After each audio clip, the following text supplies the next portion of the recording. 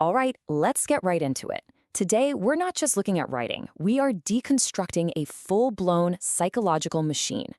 This is the exact high-impact formula that you see peak performance coaches and champion athletes use to turn simple words on a page into massive, life-altering action.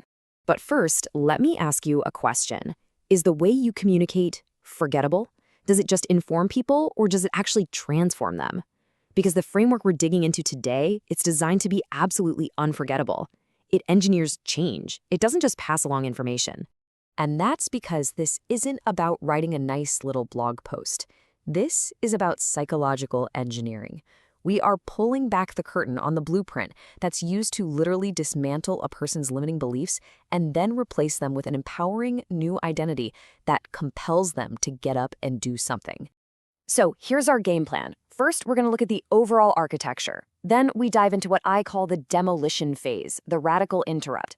After that, we'll get into the core driver behind all human motivation, pain versus pleasure, before we see how a new identity is literally built from the ground up. And finally, we'll cover the specific language used and the ultimate goal, building that bridge to immediate action. Okay, so first things first, we've got to lay the foundation. You have to understand that this architecture isn't just about good persuasion.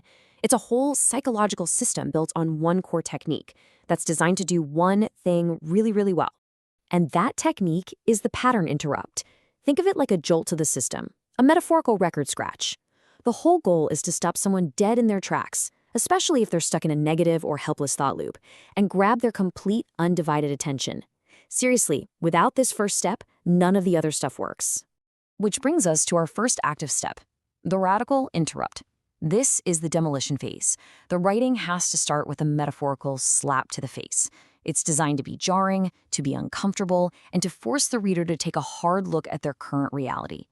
Now, you can't interrupt a pattern if you don't know what it is. So this framework uses something called a triad audit to analyze 3 key areas. First up is physiology. You know how your slumped shoulders or the way you breathe actually reinforces a state of failure. Second is your focus. What are those disempowering stories that you have on repeat in your head? And third, your language, the specific poisonous words you use to talk about your problems. This audit pinpoints exactly where the disempowerment is coming from. So once that negative state is out in the open, the framework applies its core leverage point. It taps into the most fundamental human driver there is, our deep primal need to avoid pain and our overwhelming desire to run toward pleasure. And this slide just illustrates it perfectly. On one side, the writing paints this vivid, absolutely unbearable picture of what your life will be like in 10 years if nothing changes. That's the total pain. Then, on the other side, it describes the glory, the freedom, the incredible rewards of making a new choice, the total pleasure. That huge contrast creates this powerful emotional leverage that's needed to spark real change. Okay, so you've torn down the old patterns, you've created massive leverage, but the job isn't done. You can't just leave a void. The framework immediately pivots into the construction phase, forging a brand new, powerful identity for the reader to step into. And a key tool for this is something called incantations. Now look, these are not your quiet, gentle affirmations. No way. These are powerful I am statements that the reader is told to speak or even shout out loud with their whole body, with intense energy. This idea of using your physical body to change your mind, some call it embodied cognition, is designed to weld that new belief deep into your nervous system.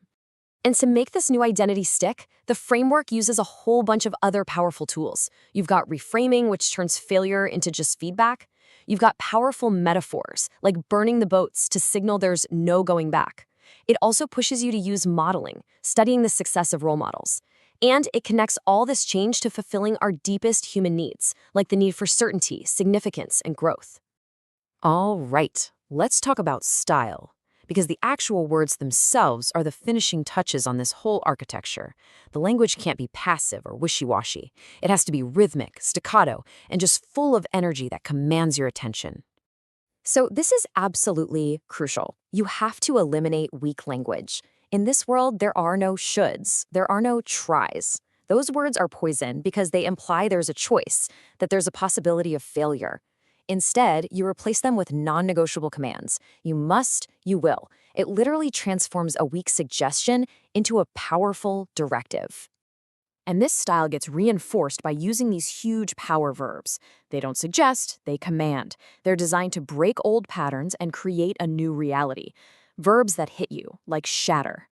And then you follow that with words that create this feeling of raw energy, of forward momentum. Words that force you to feel the potential inside you, like ignite.